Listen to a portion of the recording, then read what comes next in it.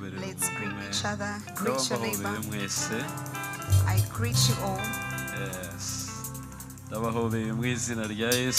I greet you all in the name of Jesus. And I love you so much. Let's clap for the Lord Jesus. Let's do it again.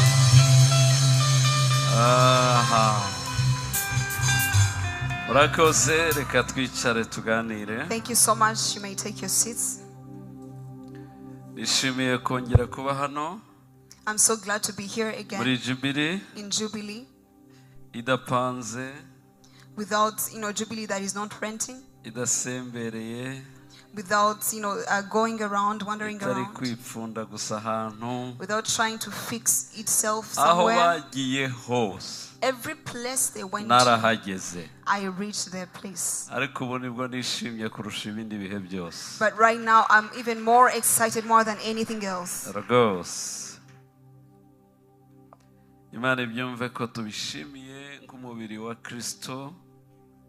May God hear our praise as the body of Christ. We are one body. I'm not lying to you. There is a time that was very sudden. Pastor Kabandu But when Pastor Kabanda showed me this place before they bought it,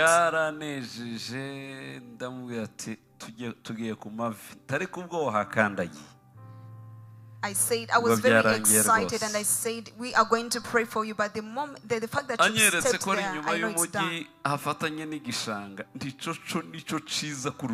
So when he showed me that it was a little bit far from the city and it was close to a swamp, I said, that is even a better thing. There's going to be time and you'll see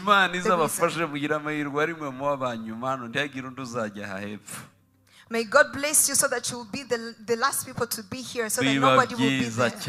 It's going to be a wonderful thing. Okay, kuko naraye mbonye ko muzubaka urusengero runini rurimo akantu kameze nka etage. Because last night I saw that you're going to build a bigger building with Let all the gates and all the windows face them. Except maybe the entrance doors that you're going to close. But you are going to direct all the voices to the swamp. And you're going to see the glory of God in this house. Without anybody claiming sound.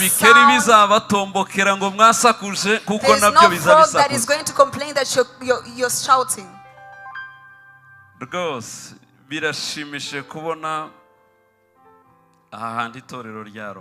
So it is a great thing to see that this church was able to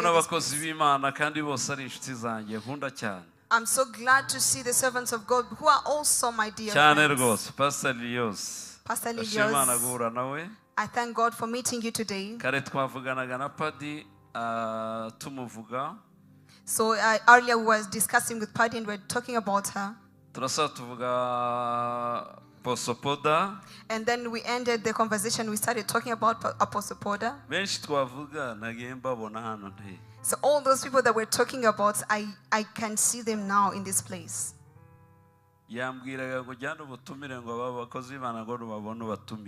was telling me, please take these invitations so that when you meet them, please invite them. And now it's somehow it is being done.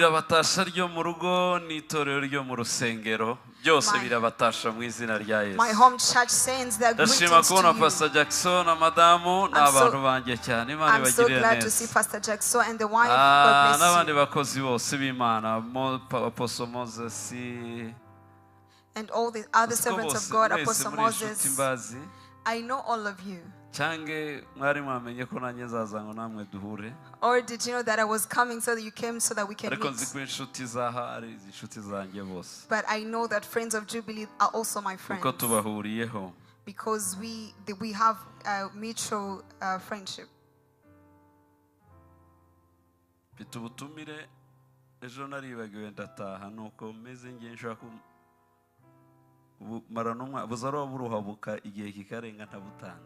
I have a message yesterday, I forgot to give it. So they gave me a message to invite friends. So since they gave me that message, I have not even invited a single person. It's going to be 2 months.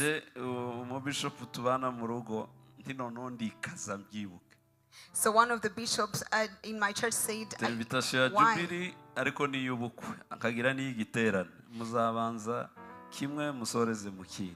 So I have 2 invitations for Jubilee. One is for the wedding and one is for the conference. So there is a conference that is going to take place in our place. That is the one that I was talking about, inviting servants of God. And then we have an invitation of our firstborn daughter. Servants of God, apostles. Please take note. Do not put your conferences on my daughter's wedding day. Take note. 15th of August, there is no conference. There's only going to be only one conference, and that is the wedding of my daughter. My firstborn is going to get married on that day. I want that the guests are going to be servants of God only. So all those that are not servants of God, you're going to be doing protocol. Jubilee, we invite you, and your invitation is available. Invitation for all the servants of God, I have it. So it's going to be an honor to see you. Please take this as an invitation from your own daughter. She's a singer. I see her, not so much because you invited Alarm Ministries. You might see her tomorrow, or she might come another time.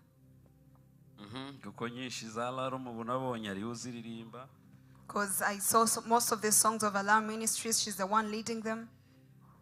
Okay. So let's clap for the Lord because of the wedding.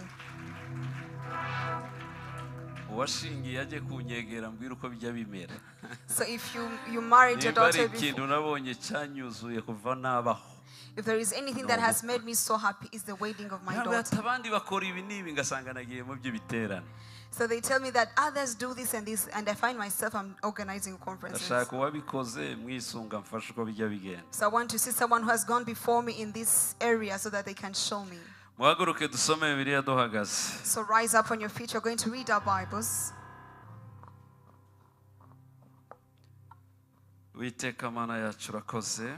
Father God, thank you. You have allowed us to reach this place. In different ways you did it. Be glorified because of that. Speak to your people in this moment. And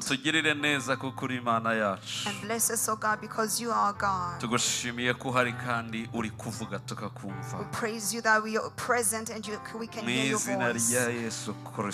In the name of Jesus Christ. Amen. Let's read in the book of Exodus. The theme of this conference is Exodus 19 verse 4. Haravuga mwabonye ibyo nagiriye abanyegiputa kandi uko naramije mwe amababa nk'ayikizu kabizanira. You yourselves have seen what I did to Egypt and how I carried you on eagle's wings and brought you to myself. Kandi uko naramije mwe amababa nk'ayikizu kabizanira. And I carried you on eagle's wings and I brought you to myself. Shake your neighbor's hand and say it is on eagle's wings. Let's clap for the Lord. Yes. Let's also celebrate Garrison members and may God bless you. Thank you so much, teacher, and your wife. n'abandi and the rest of the team. Nondi mujene Imana ibagiriye neza mwakoze. May the Lord bless you. Thank you so much.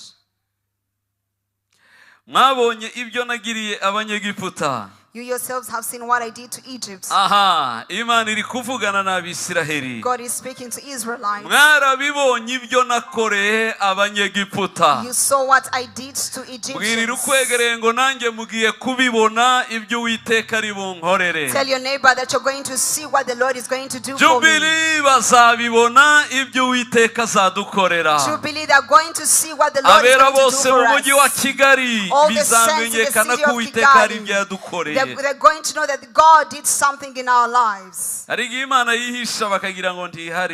a time that God is silent, they think He's not present. abantu bose bagatangara. But a time comes when He reveals Himself and everybody's amazed. There's a time people look for God and they can't find Him. But when He is revealed in you, they think He lives with you. I pray that this year, I said this year, there's no conference that comes in vain. Every conference comes because of a purpose. And there is a people that has prepared for. So everybody that has stepped in this place, this is your conference in the name of Jesus. Your God is going to reveal to Himself and everybody is going to know that He exists. There is a time that this world starts to ask, where is their God? Have they asked you that question? There is a time they ask us, where is their God? I have been in that season where they said, where is His God? 2 times they said, where is your God? So if you pray so much, where is a child? Because I didn't have a child. He prays for others and they give birth. But where is his God? And one morning, he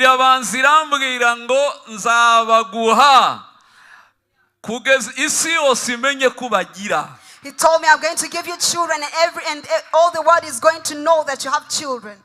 And one day I saw that it came to pass. And these children came into existence.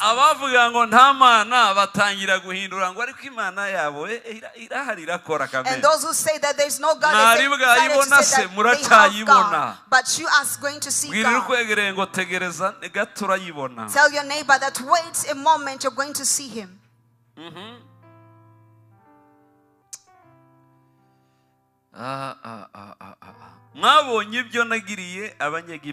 You yourselves have seen what I did to Egypt.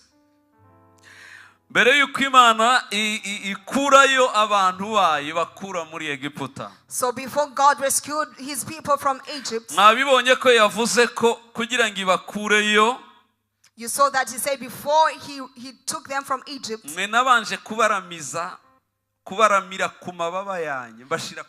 I carried you on my wings. Before He did the rest. There are some amazing things that God first did.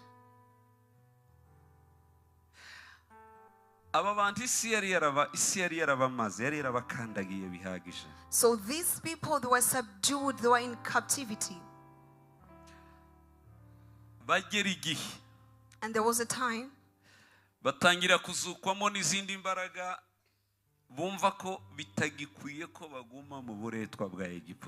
they started having a feeling that they shouldn't be in the captivity in Egypt. Listen to this. If you're going to be on wings, those that are on wings, those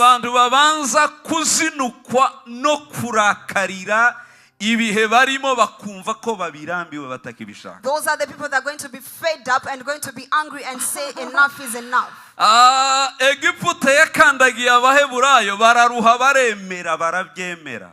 Egypt tortured and enslaved Hebrews, and they accepted.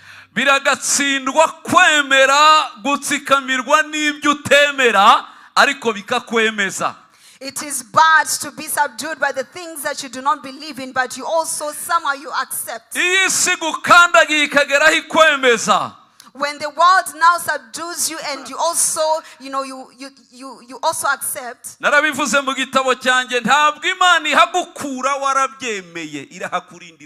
I said it in my book, God cannot rescue from that place when you have accepted, when you have given. You cannot, you are not going to lose your life there, but you're also not going to leave that place. You will delay in that season.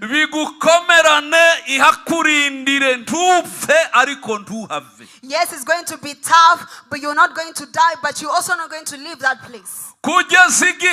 Until you start thinking, why am I in this kind of bondage? Why am I living in this life? Why?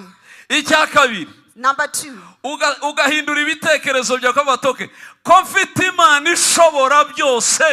Now that I have a God that is able to do all things, why is this happening to me? Yet I have a mighty God. And after acknowledging the mightiness of this God, it causes you now to be fed up with the bondage that you're in. After getting tired of that slavery, now you're angry and you're not accepting with the status quo. Those are listening to me, say hallelujah. Every time you're not fed up with these things of this world. There's some people that they feel sorry for the world. Even when they are stepping, they're very careful. You world. No. You have to be stubborn. You have to be stubborn. You have to say it is not possible. How do you oppress me? How do you oppress me and I accept it? When you say no to that, when you're fed up with that, you cannot delay in that season. You cannot delay in that place. You delay in that place because you have accepted. And the world oppresses you. It denies you of what you belongs to you. It gets you from what you're supposed to get. And you live a different kind of life.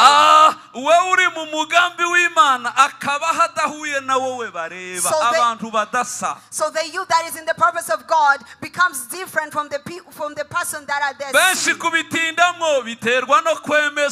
So most of us, the reason why we're delaying is because we have accepted. But when we have few of them that are stubborn,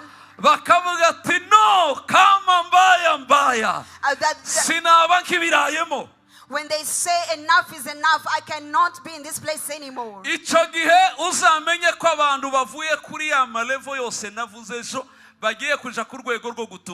That moment, know that those people are leaving all those levels that I spoke about yesterday, and they're going on wings.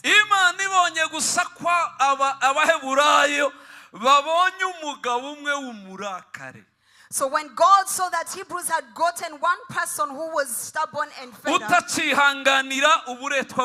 who cannot take it anymore,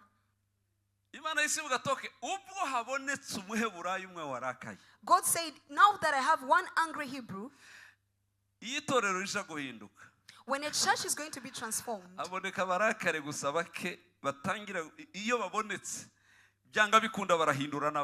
there happens to be a rising of two, a very few stubborn people. When a church has a pastor that is fed up with the status quo,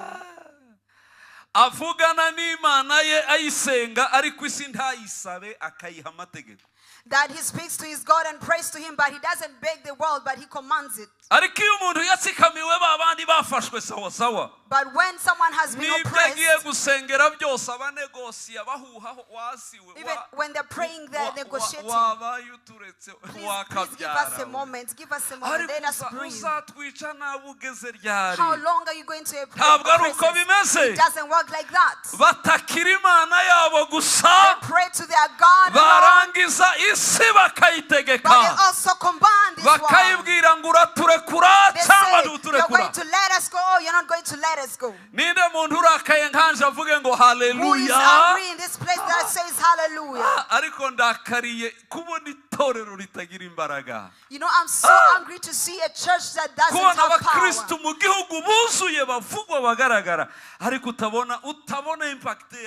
To see Christians filled in a nation, but you can't see the impact.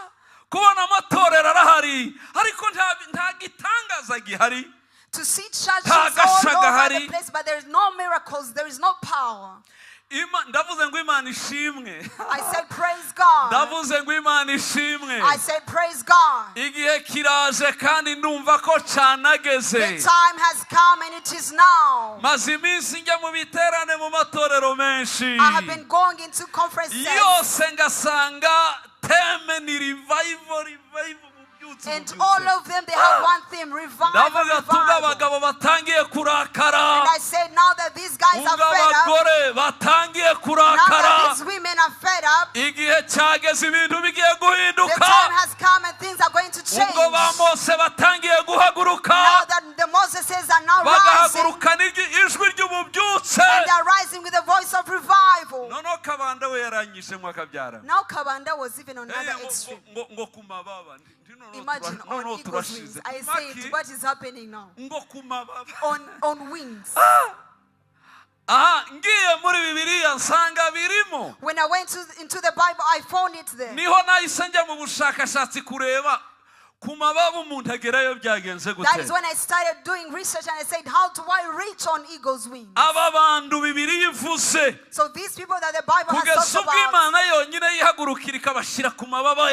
until God stood up and put on, what had happened? Number one, let me tell you one thing.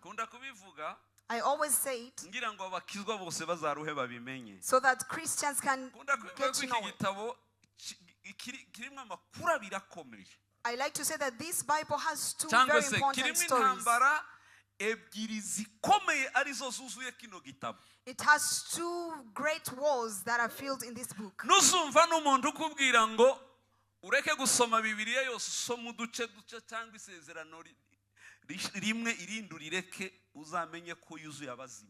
If you see someone telling you you can read half of the Bible, don't read the whole of it, just know they're filled with demons.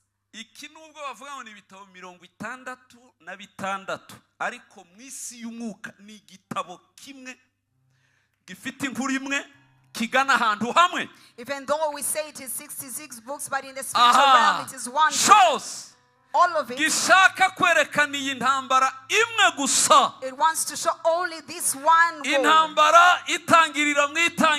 A wall that begins in Genesis and it ends in the revelation of John. It starts when the enemy was attacking, and now it ends when the enemy is losing. It shows when men were captive. And now we see it ends when the children of men are redeemed.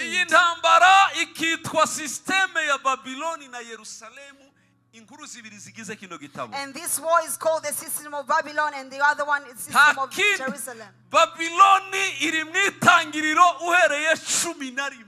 So Babylon is in Genesis from chapter 11. When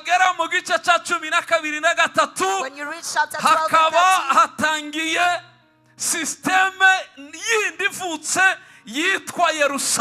now we have another system called Jerusalem. So Babylon starts in 11. It is led by only one man. representa wa shitani, the representative of the devil, kugira ngo isi ifatwe, so that the world will be yubaka system ya Babiloni. He builds the system of Babylon, ariwe Nimurodi, who is Nimrod. 12 nyuma y'igice kimwe 11 shitani hagurukije Nimurodi.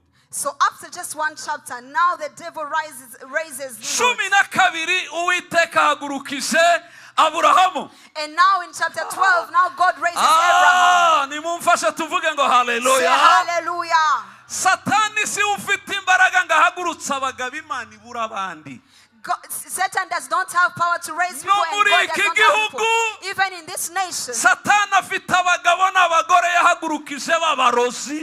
has women and men that has raised Satanists that are not sleeping. But praise be unto God that He has women and men. Paul ari muri Kanombe na Kabanda. Paul and Kabanda in Kanombe. Kagugu buriya tuba tuzi ngo hariyo afandi mu mwuka. Arahari Elios arahari. We know we have a pastor in Kagugu. We know they are all over the place. Kandi utwo duce twose abasataniste nabo barahari. And all those places we have Satanists. There are two systems that have been fighting for Genesis, and they will end in the Revelation. So one uses others and the other one uses these people. And the time has come. That who is going to win this battle? Which system is going to win? It is written. They fought this battle, by the time came, there came a man that overcame. This is the amazing thing. You find Babylon was starting. And then in 12, Abraham starts. Jerusalem starts. You might wonder, where's Jerusalem in chapter 12? Look for the chapter where Abraham met Melchizedek. And then he gave him a tithe. And he also blessed him. And then the Bible says the king of Salem. So Salem is the one that David said Jerusalem. But it was Salem, and then it changed to Jerusalem, a city of peace. So Satan now raises Babylon, and God now raises Jerusalem. We have the physical Babylon, and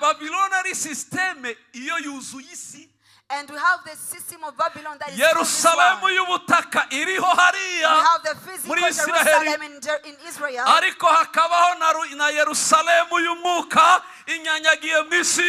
And we also have the system of Jerusalem that is filled in this world.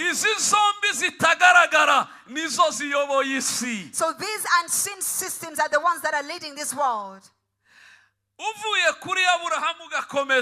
So starting from Abraham and onwards,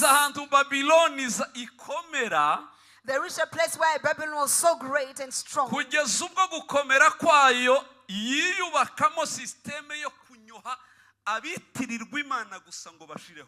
That they came to a place that they were now taking, killing those that were called servants of God.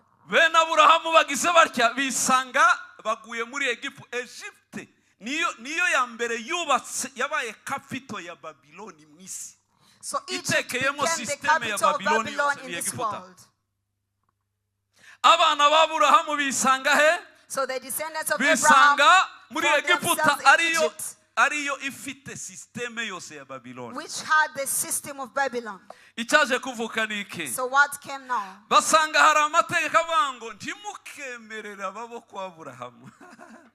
They say, do not allow the descendants of Abraham.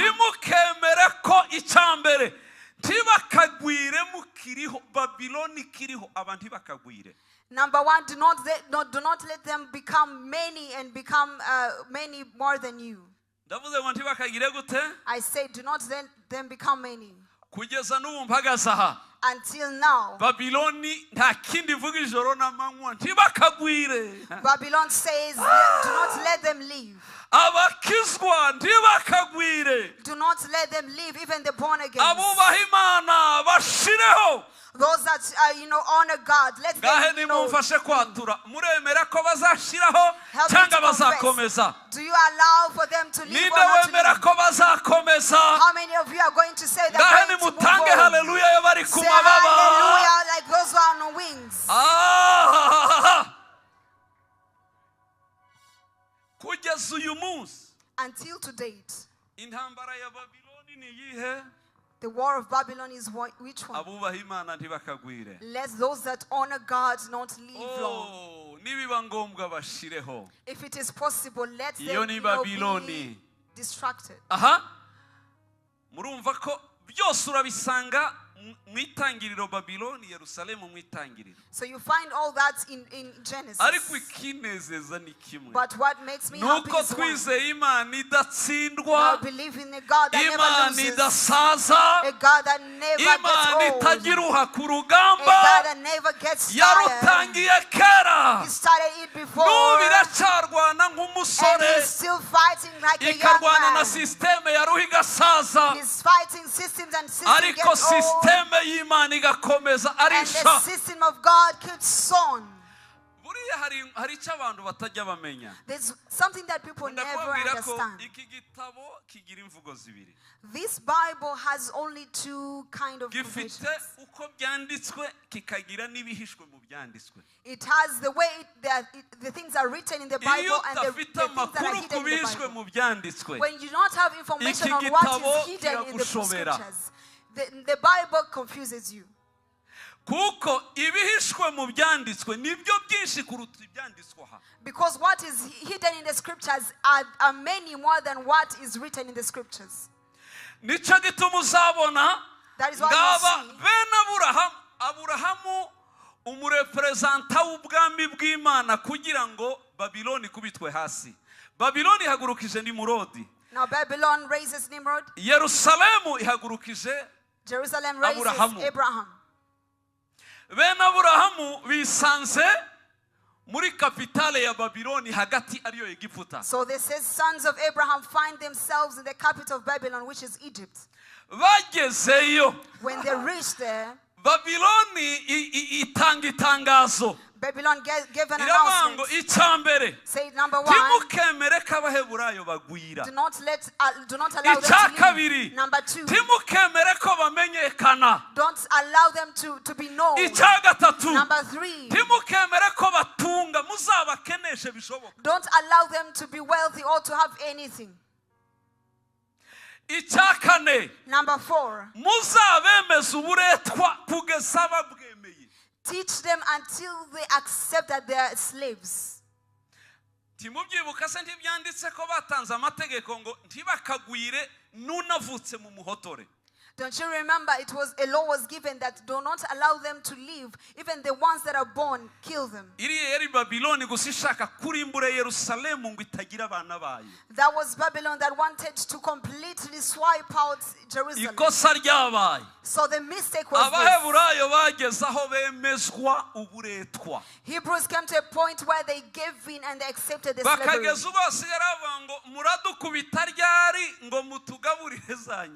They said, when are you beating us so that you can feed us? When you beat us quickly, we get food. They got used to the situation of being beaten before they get food. That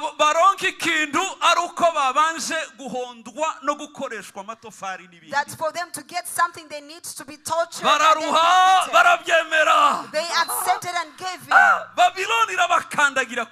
Babylon oppressed them greatly. And when God's time had come, just know there is God's time. When His time has come, He raises one person. And then he makes this person a stubborn person. He becomes angry at the system. And then he wants to see change using his own eyes. Fortunately, Hebrews, in Hebrews they gave birth to Moses. So Moses kind of survived the whole killing. kandi gitangaza we kubera ineza y'Imana yisanga agiye kurererwa hejuru y'ibitabo bya systeme ya Babylon. And because of God's goodness, he found himself in the house where all the laws at the Pharaoh's place. He grew up in those books and but inside him he has the system of Jerusalem they don't know. He's sitting in Babylon, but Jerusalem is sitting in him. I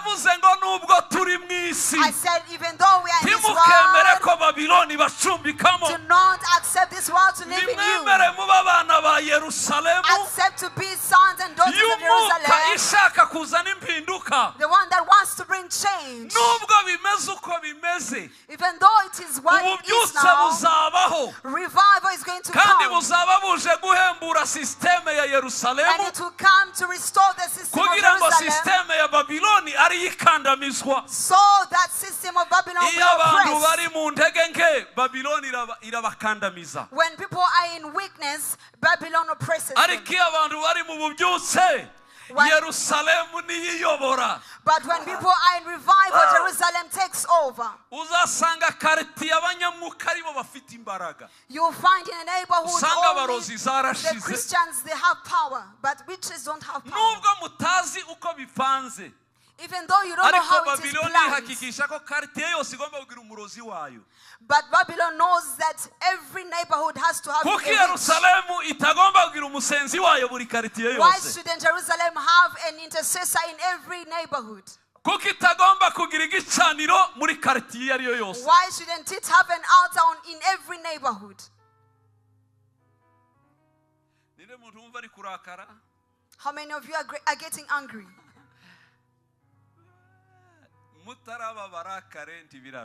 Until you become angry, it is not possible. Now he got Moses. He saw how idols were honored. He saw how Babylon was ruling. And he says, you mean we are vanishing and we are being forsaken? So this world is going to swallow us and we are not going to be anymore. So holy anger arose in him of refusing to be in slavery. Why are you killing us? Why are you making us poor? Until when are we going to become a slave? When God sees that person, he comes and heaven opens. And he says, now that I have one person that is fed up, I am coming to work in him. Until all others are going to be rescued through this person.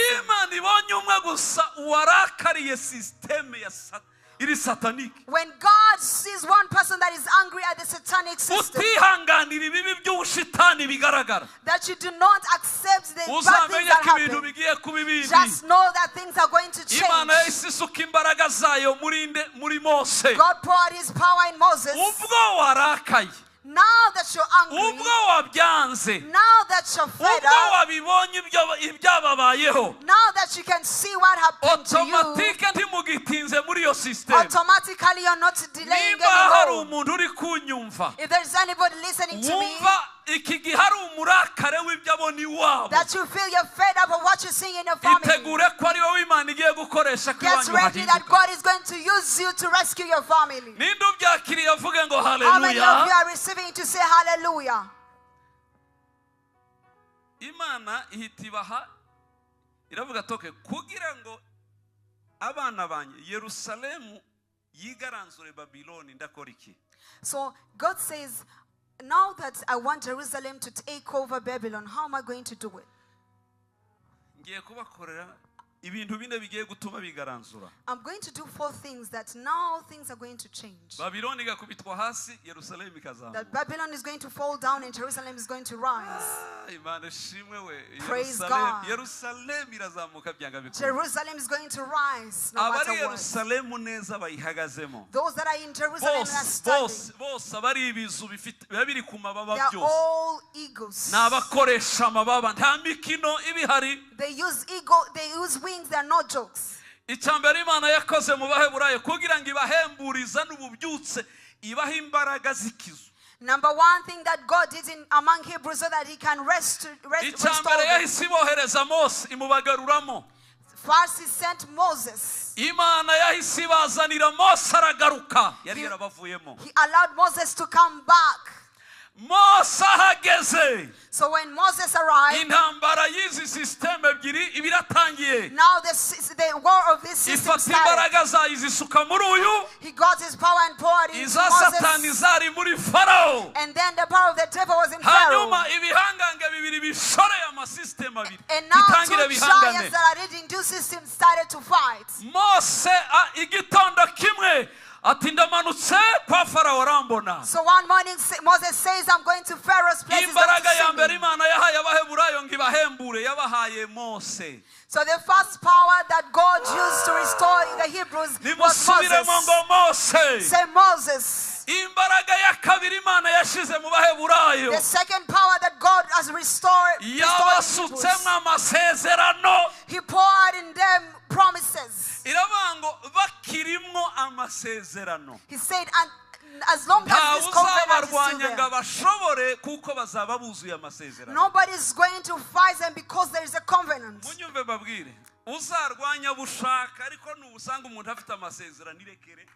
You can fight whoever you want, but if somebody has a covenant with God,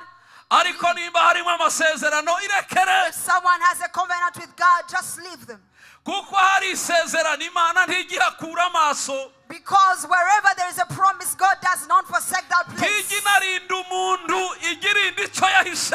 He does not guide a human being, but he guides his promises. The fact that you're still alive is not guiding you. Because you're not better than those who already left. But what you're better at is because you have a covenant. He's not guarding you, he's guarding what is in you. He cannot accept for you to live before it comes to pass. So that he becomes, he remains with books without their promise. Without the promises. So the second power that was in Hebrews was the promises of God.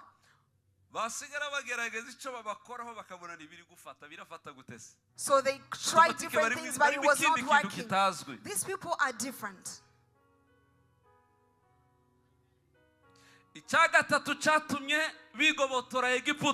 Number 3.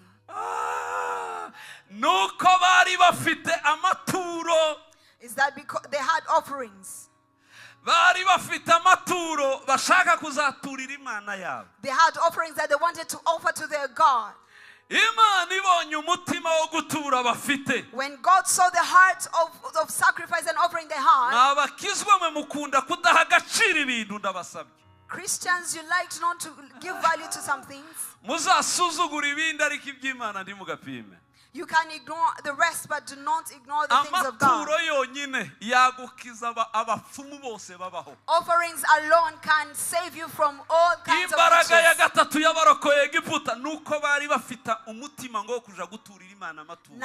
The power, number 3 of that they had is the power is offerings. God said, you're going to destroy the people that have plans to offer to me. Imbaraga ya gatatu yatumye bigobotora Egiputa n'amaturo bari baribitseho. So the power the other power that they had is the offerings that they had in them. Icyakane. Number 4. Cyabagobotoye muri Egiputa. That saved them from Egypt. Nuko bariye Pasaka bakayirira muri Egiputa. Is that they had a Passover and they had it in Egypt. They ate the Passover and they ate it while in Egypt. umunsi barya Pasaka. The day they had the Passover. Pasaka yakuyemo mwisi. Pasaka yakuyemo frère. Uziko Mose yakoze ibitangaza byose bibaho Farao akabipirata. Moses did all kinds of miracles, but Pharaoh could also do the same. They kind of did the same. Ibindi bikomeye byananiye abarozi. All the great miracles. So right there in the middle, witches could not do it anymore.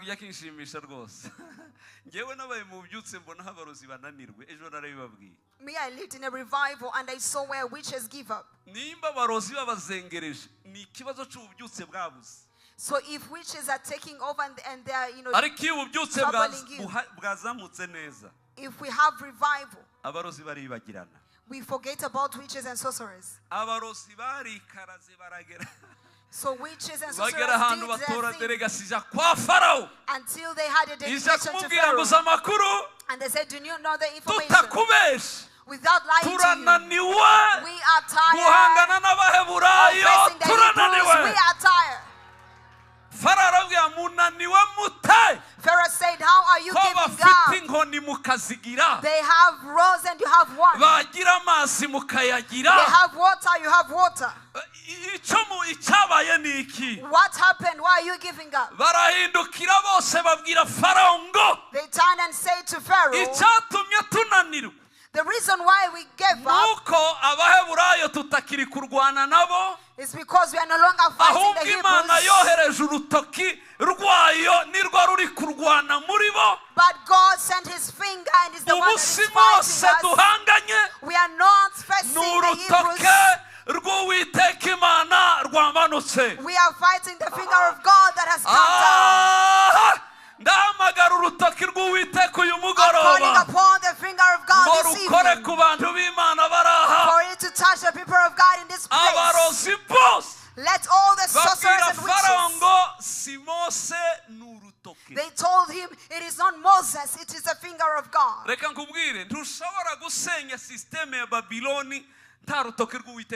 You cannot destroy the system of Babylon without the finger of God.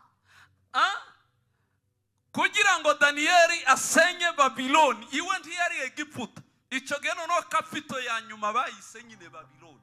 So for Daniel to destroy Babylon, he was not in Egypt, but he was in Babylon. Danieli kugira ngo isenyuke mu gihe cye. For him to destroy this system, Egiputa Imana yayisengesheje urutoke rumwe vuga ngo rumwe. God destroyed Egypt with his finger, one finger. Ija gusenya Babiloni yohereza gakonjo intoki zose eshanu. So when he was going to destroy Babylon, he sent his hand. Gusenya Babiloni sa gatoki yohereje gakonjo kose. Destroying Babylon, it was not one finger but a hand. Gafite intoki zose. That has 5 fingers. Ariko kadafite ukuboko. But it doesn't have a whole hand. Aka. Just this one with 5 fingers. But God is mighty. Do you know he can just get one finger out of a hand and it sends it? And now the following morning he can take a hand and send it. He can send a finger without a hand. And he can send a hand without a hand. Babylon was destroyed with a hand.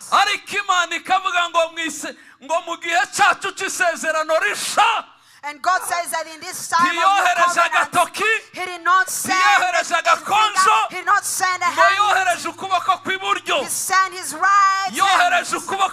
He sent his right hand. Every place that you're going to read the right hand, just know it is Christ that has been sent. Hallelujah. If Egypt was destroyed by a finger, and Babylon was destroyed by 5 fingers, Kigali, we have a whole right hand of God. How can we not win the power that fights us when we have the right hand of God? If you have the right hand of God, say hallelujah.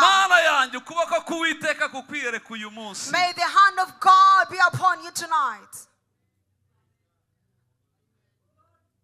ndebera ibitangaza byose Mose yakoze. Look at all the miracles that Moses performed. Byose abikoze ibyo batapirase Pharaoh arinangira nano yanga kubarekura. So some of them they tried to replicate, and the rest that they couldn't replicate, Pharaoh, Imbaraga ya nyuma yatumye Egiputa inanirwa. So the last power that caused Egypt to be destroyed. Nuko bahise barya Pasaka. They now took the Passover. No Pasaka bayiriye bananirwa kuyipirata. So when they did Passover, the Egyptians could not replicate it. Icyakabiri Pasaka noneho. Ubundi kuko bari umwana w'intama rya joro. Because they ate the lamb of God. Kiriya ni ikimenyetso cyo gusangira Kristo muzima muri bo. So that was a sign of sharing the Christ in them. Babyukanye imbaraga batigeze bagira kuva babayeho. They woke up with strength that they never had before. Kristo niwe mbaraga zacu wenyine. Christ is our only strength. Kristo niwe mbaraga y'Imana itavogerwa itagarurwa. Christ is the power of God that cannot be shaken. The day they took the Passover, they could not replicate it. Pharaoh could not deny the power of God because those who took this Passover, they got the power and also the exemption. So that night there was a circulation of death in Egypt. Death was going all over Egypt. Yesterday I told you one thing that made me God said, I swear I'm God. Those that carry the system of Jerusalem, even though the world has oppressed them, I will not allow them to leave Egypt when they are still with shame. They will not take their poverty that they have. So for it to change,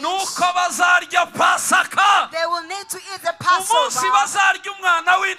The night that they will take the lamb, the shame is going to be lifted away. Slavery will stop. Poverty is going to end with the Passover. So in the morning after eating, a woman would wake up with honor and men woke up with authority that they never had. And then the favor of God was upon them. In a way that God tells them that wherever you're going to go, every place you're going to enter, you will find solutions of everything that you've been looking for.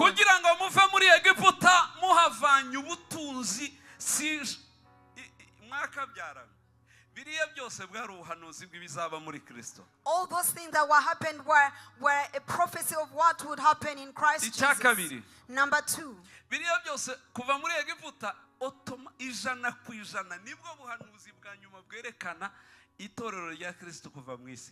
So the last prophecy is when the Israelites were leaving Egypt. It was showing the Christ, the Church of Christ. The world has been oppressing it. It does not move. As if they do not have power. They have been poor. You look at them and you feel they're weak. The same way they left Egypt. They value the honor and the might that they had. There is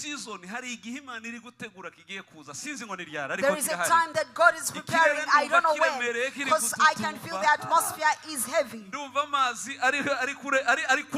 I feel there's something in the atmosphere.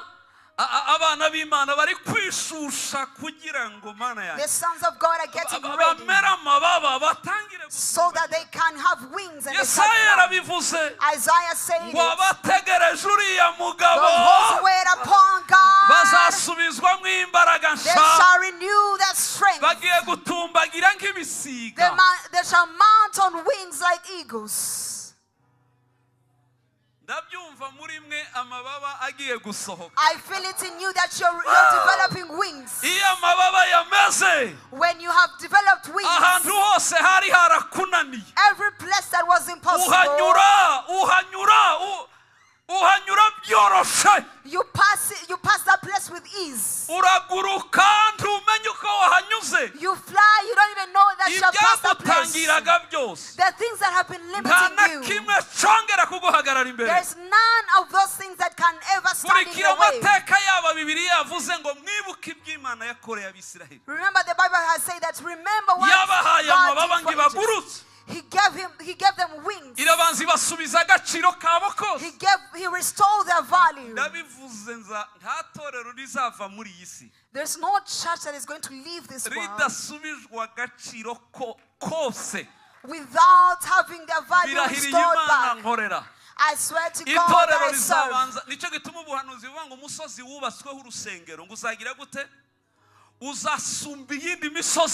That is why the Bible says, when they talk about things that work,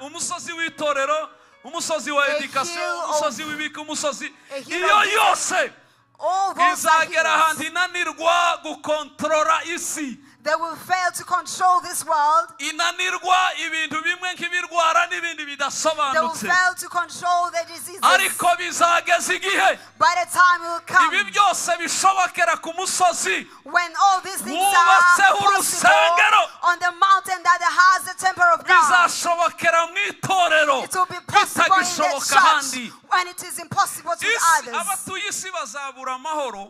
The people of the world become uncomfortable when they have their jets and their rockets.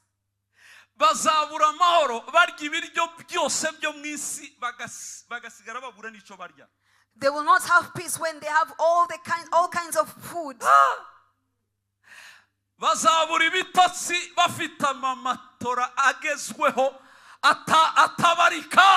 They will lack sleep when they have the best beds in the world. Until when they cannot find a solution, they will tell them peace and sleep are on the mountain of God. Go and seek the face of God, you'll find it. It means the solution of many problems, it will have connected to the church. The prophet said he saw a river. He saw a river flowing from the temple. And he saw it when it going out of the gates. He saw the river going downwards to the swamp. He saw the river channeling to the lakes and oceans. And everything that was dead came back to life. The water that heals, the river that heals. The time has come that all that is going to come from the church. Those that have the Spirit of God inside of them, they'll become the source of the living water. They're going to deliver those that are in bondage. Those who cannot sleep are going to sleep.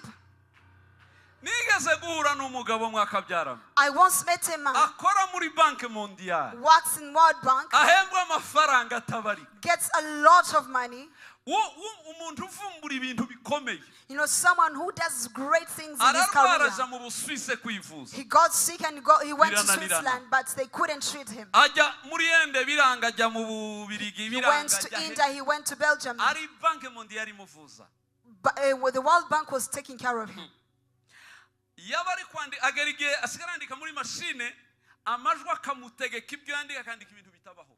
A time came in, he would be typing and he would have voices.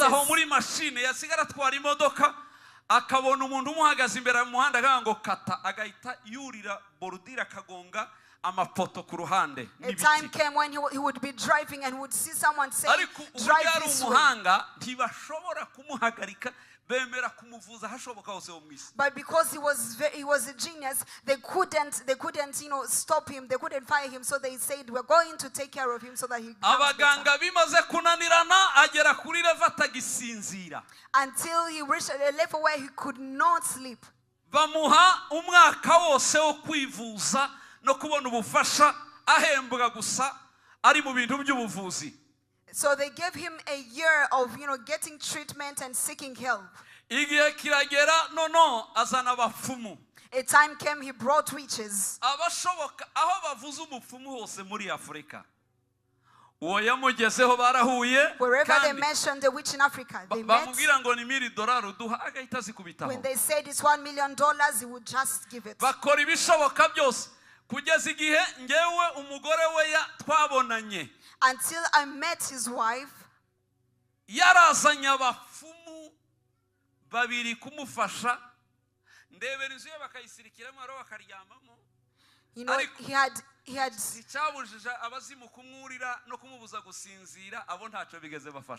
hired 2 witches that were sleeping in his house and surrounding it and doing all the charms.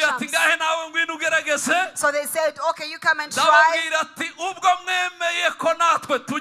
I said, now that you have accepted us to join, this time of deliverance is here. When I entered their house, he was in the room. So they gave me a soda. They went to call him. When he looked at me, it's been years.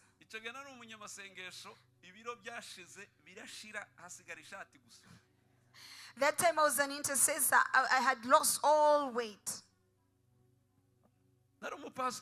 I was a pastor, but very committed. When he looked at me, he was surprised, he was shocked. He just, greeted me something. I said, even though you just give me your nails, it's okay. I know one day you're going to hug me. So when he was sitting, he asked his wife, he said, so this is the person that you called. He said, how is he going to help me? The wife said, how did the rest help you? Let this one try. And then he said, what does he use? He doesn't have any instrument. He asked me, what do you use? I had a very tiny Bible. So I showed him, I told him I use this book. So he asked me, how do you use it? I said, I'm going to read it to you. He said, so if you read, it's going to enter into me. Should I open my mouth so that you read it enters into me? I said, no, listen to me. When I'm done reading, I'm going to close my eyes. I'll pray for you. He said, do you know, are you very sure that these things work? I said 100%. He said, if you're very sure that it works.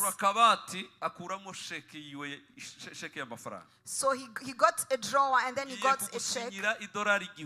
He said, I'm going to sign you $1,000.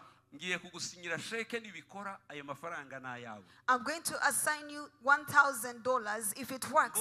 This money is yours. He signed the check. I said, please stop.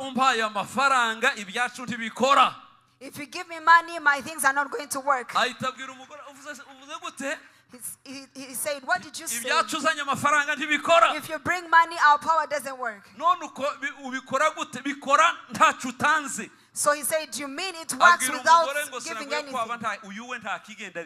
He turned to the wife and said, this one is behind everybody. If he was very sure that it works, he would have allowed to receive money.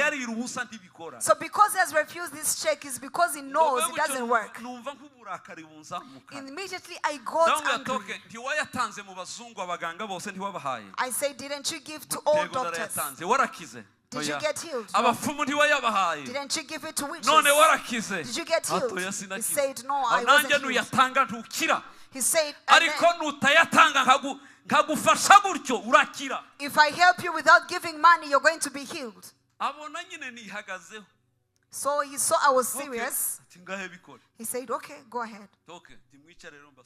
So I said, sit down, let me read for you. So I stood up. I read in Luke, I don't remember very well. Raise the dead, heal the sick, cast out demons. You lay your hands on the sick and they'll be healed. So I read another scripture.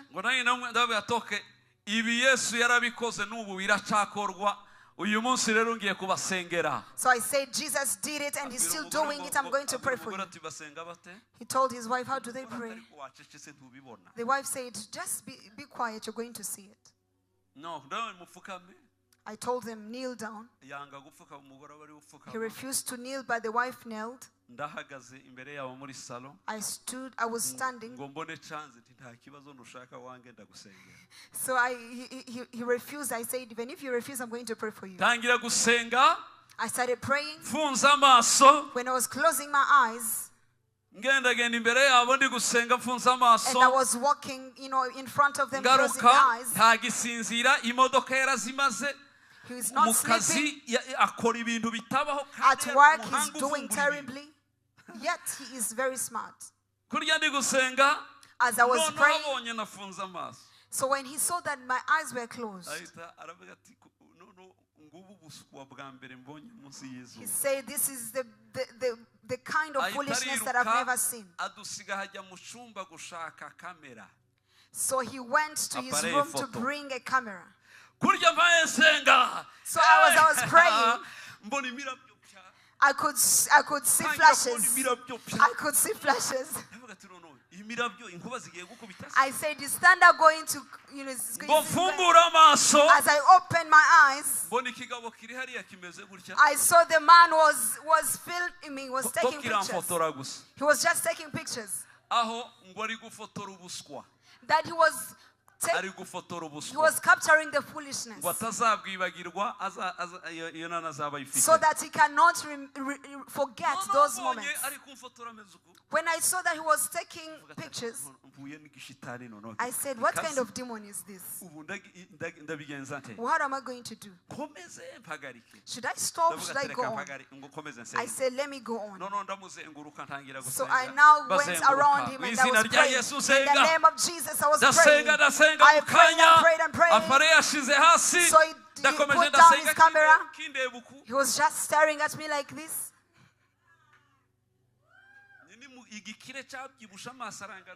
A very wealthy man who does not sleep.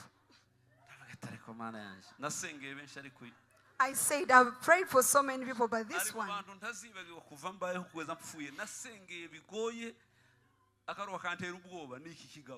He's one of the people that I prayed for that was very difficult. I said, where is he taking me? Is he taking me to the UN? So I was praying and praying. I kept on praying and destroying. I said amen and I sat down. I said, I'm done. The rest, God has healed you. You're going to see the goodness of God. He would just laugh at me and laugh at me so much. So the woman would pinch him and say, why can't you just behave? So I just said bye to them and I went.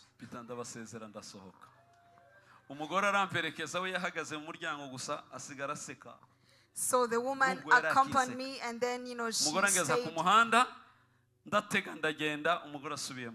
So and then she went back to the house. It was 5:30 p.m. He went at the table to get his computer. I don't know what he was going to do. When he was just looking at his computer,